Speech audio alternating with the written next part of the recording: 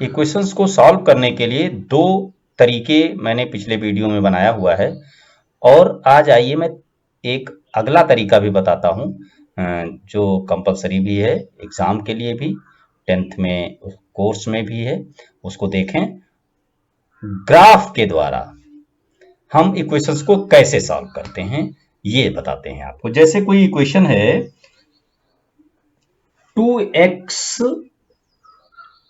Minus 3y is equal to 13, एक equation ये है और दूसरी है 7x minus 2y is equal to 20।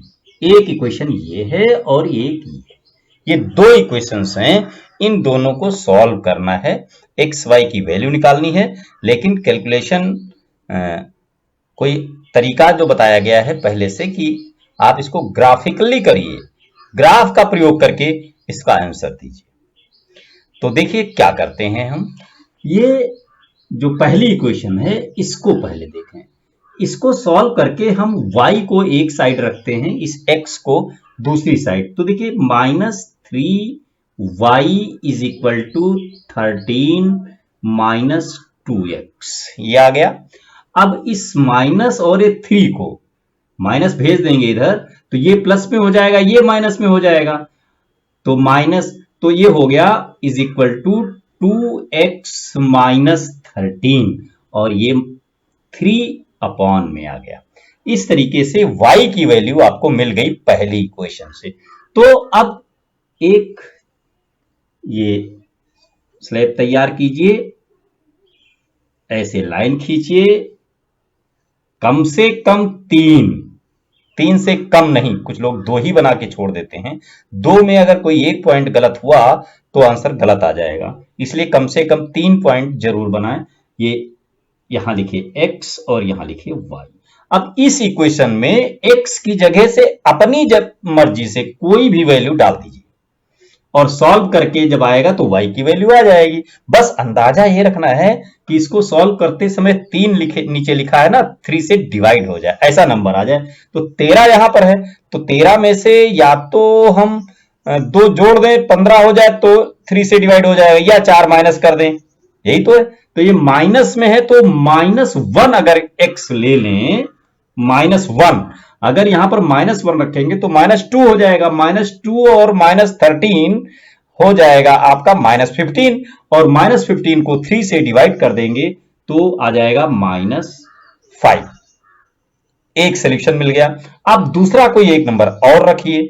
अब इसमें से माइनस होकर के 9 भी 3 से डिवाइड होता है और इसमें से 4 माइनस हो जाए, 4 यहां से लेना है, 2 है और यहां पर 2 से और मल्टीप्लाई कर दीजिए। तो -2 अगर कर दें तो -2 करने से नहीं होगा, यहां पर +2 करने से होगा, क्योंकि वो घटना है ना। तो ये 2 2 जा 4, 13 में से 4 माइनस हो गया, क्या बचा 9 और 9 को 3 से डिवाइड कर दिया, 3 आ गया लेकिन माइनस में, क्योंकि -13 है ना। अब आइए ये 2 नंबर आ गए। अब और कौन सा नंबर हो सकता है जो 3 से डिवाइड हो जाए और इसमें वैल्यू डालने पर ऑड नंबर ही चलेगा, क्योंकि 3 की टेबल में अगर यहां 13 ऐड करना है ना, तो यहां इसकी टेबल में ये तो इवन बन ही जाएगा। तो कोई भी नंबर ऐसा डालें 21 तक ले जा सकते हैं। तो 13 और प्लस कितना होता है 21, 13 प्लस 8 होता है, तो 8 यहां से ले लीजिए। तो 8 होगा -4, अगर x की जगह रख दें -4 तो -4 टू जा 8 हो गया और -8 -13 21 हो गया। 21 को 3 से डिवाइड कर देंगे तो -7 आ जाएगा। 3 वैल्यू आपको मिल गई। इस तरीके से ये नंबर्स आपको मिले, एक्स वाई की वैल्यू मिली। अब ये समझ लीजिए कि कोऑर्डिनेट है। भाई ग्राफ में क्या होता है, एक्स वाई होते हैं, तो एक्स ये हो गया वाई ये हो गया, तो कोऑर्डिनेट की तरीके से इनको लिखिए -1 -5। दूसरा पॉइंट +2 -3 -4 -7। इस तरीके से ये 3 पॉइंट, डाउट होने पर चेक कर लीजिए, जैसे 2 है, ये +2 है तो +2 चेक कर लीजिए, +2 2 जा 4, प्लस में हो गया, और ये माइनस हो गया, 9 बचा, ये माइनस में सही है। तो ये नंबर्स आपको मिल गए। ये आपको ग्राफ पर इन नंबर को शो करना है। यही काम इस इक्वेशन को, अब ये ग्राफ देखिए, ग्राफ पेपर लीजिए और उसमें एक्सिस बनाइए। ये एक्स एक्सिस होता है, ये वाई एक्सिस होता है। यहां पर देखिए -1, अब ये नंबरिंग होती है, 1 -1 -2 -3, नीचे की ओर माइनस में होता है और ऊपर की ओर प्लस में होता है। 1 2 3 4 5 6 7, ये ऊपर प्लस में हो जाएगा। इसी तरह इधर राइट साइड प्लस में और लेफ्ट साइड माइनस में, 1 2 3 4 5, 1 2 3 4 5 6, ऐसे करके आप ग्राफ पेपर पर ये बात करेंगे, ग्राफ पेपर में इसको बना लेंगे। अब इन कोऑर्डिनेट्स को इसमें हम शो करेंगे। देखिए -1 -5, यहां पर -1 ये है और -5 यहां पर, ये पॉइंट आपको मिला -1 -5। फिर दूसरा पॉइंट क्या था, 2 और +2 है और -3, +2 ये आया और -3 ये आया। यहां पर एक टर्म लगा दीजिए, यहां लिख भी सकते हैं 2 -3। ये पॉइंट क्या था, -1 -5, ये हो गया। अब अगला है -4 और -7, 1 2 3 4, यहां से -7 5 6 7 यहां पर आएगा और ये कहीं यहां आएगा, और इस लाइन को आप मिलाएंगे, एक लाइन मिलेगी। अगर तीनों पॉइंट एक ही लाइन पर नहीं है तो जान लीजिए कि यहां पर कोई मिस्टेक हो गई है, तो एक ये लाइन आपको मिल जाएगी। अब दूसरी समीकरण को भी सॉल्व करेंगे, कैसे, इसी तरीके से उसमें भी एक चार्ट तैयार करेंगे। देखिए अब इस इक्वेशंस को देखिए, तो यहां -2y इधर रोकिए, तो ये हो जाएगा -7x + 20, इस -2 को उधर जाने दीजिए, तो ये माइनस से सारे साइन बदल जाएंगे, यानी 7x - 20 और अपॉन 2, ये आ जाएगा y की वैल्यू। अब फिर इसमें भी एक सारणी टेबल तैयार कीजिए जिसमें कम से कम 3 वैल्यू जरूर निकालें, x लिखिए और y लिखिए, x की वैल्यू अपने तरीके से कुछ भी लिख लें, सॉल्व हो जाए। तो यहां मान लीजिए 0 लिख देते हैं, तो ये 0 हो गया, x 0 लिख दिया, तो ये जब 0 हो गया तो बचा -20, -20 को 2 से डिवाइड कर दिया तो आ गया कितना, 10, -10। अब यहां पर 2 रख दीजिए तो 14 हो गया, 14 20 में से माइनस हो जाएगा, -6 बचेगा, यहां आपने रखा है 2 + 2, आंसर आएगा 14, भाई ये 14 माइनस हो जाएगा, 6 बचेगा माइनस में, और 6 को 2 से डिवाइड करेंगे, -3 हो जाएगा।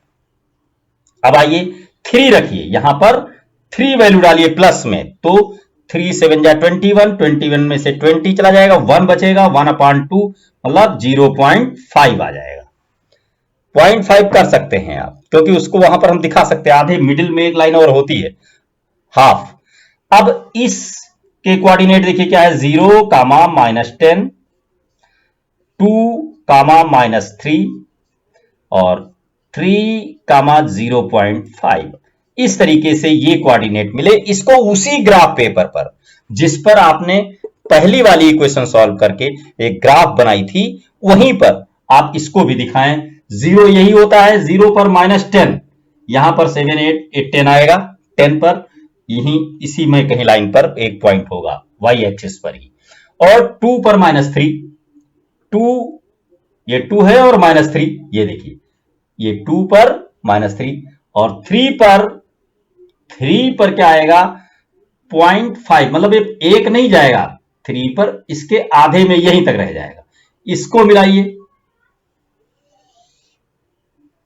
ये जब मिलाएंगे आप तो ये वहीं आएगा जहां पर एक पॉइंट था, एक ही लाइन बनेगी और ये यहीं पर क्रॉस करेगी एक दूसरे को।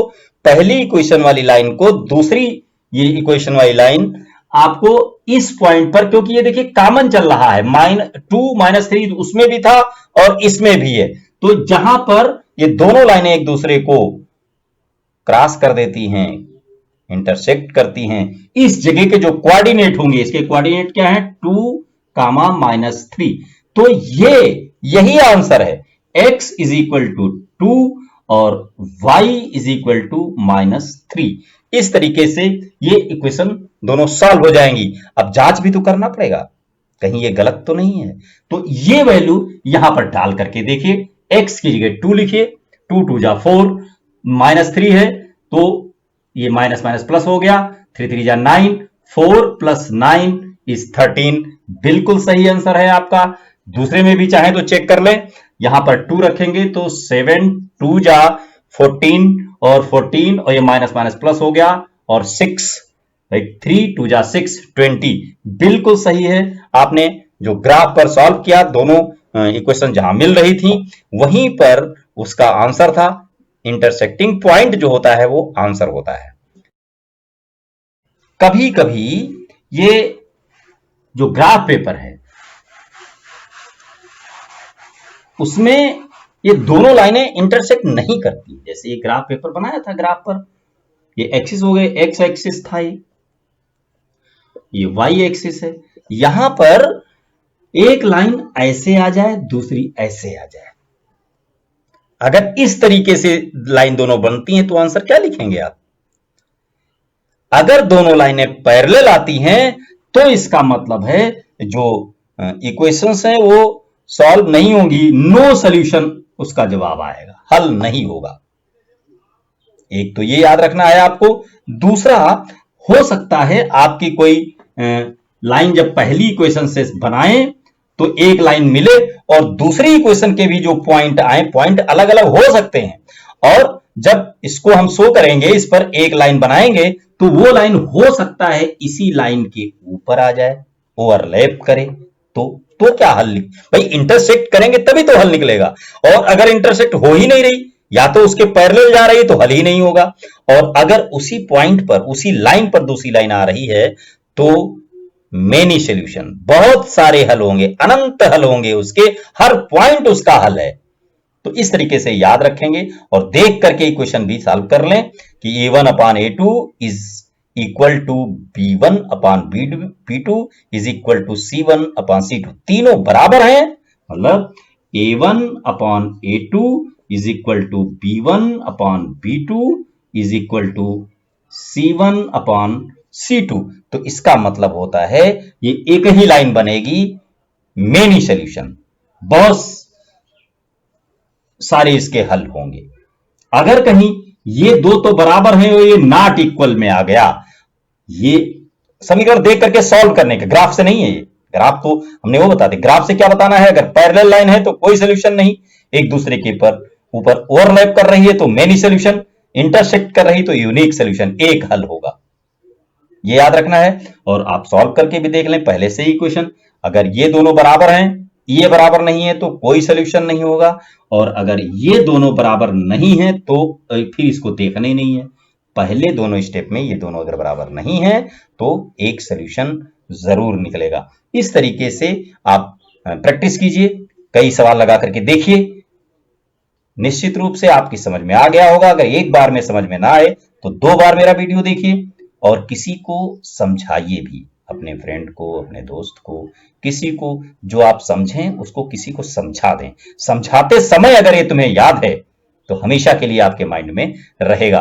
किसी न किसी को कोई ना कोई चीज जो आप जानते हैं उसको सिखाइए, बताइए, तो आपका रिवीजन हो जाएगा और हमेशा याद रहेगा।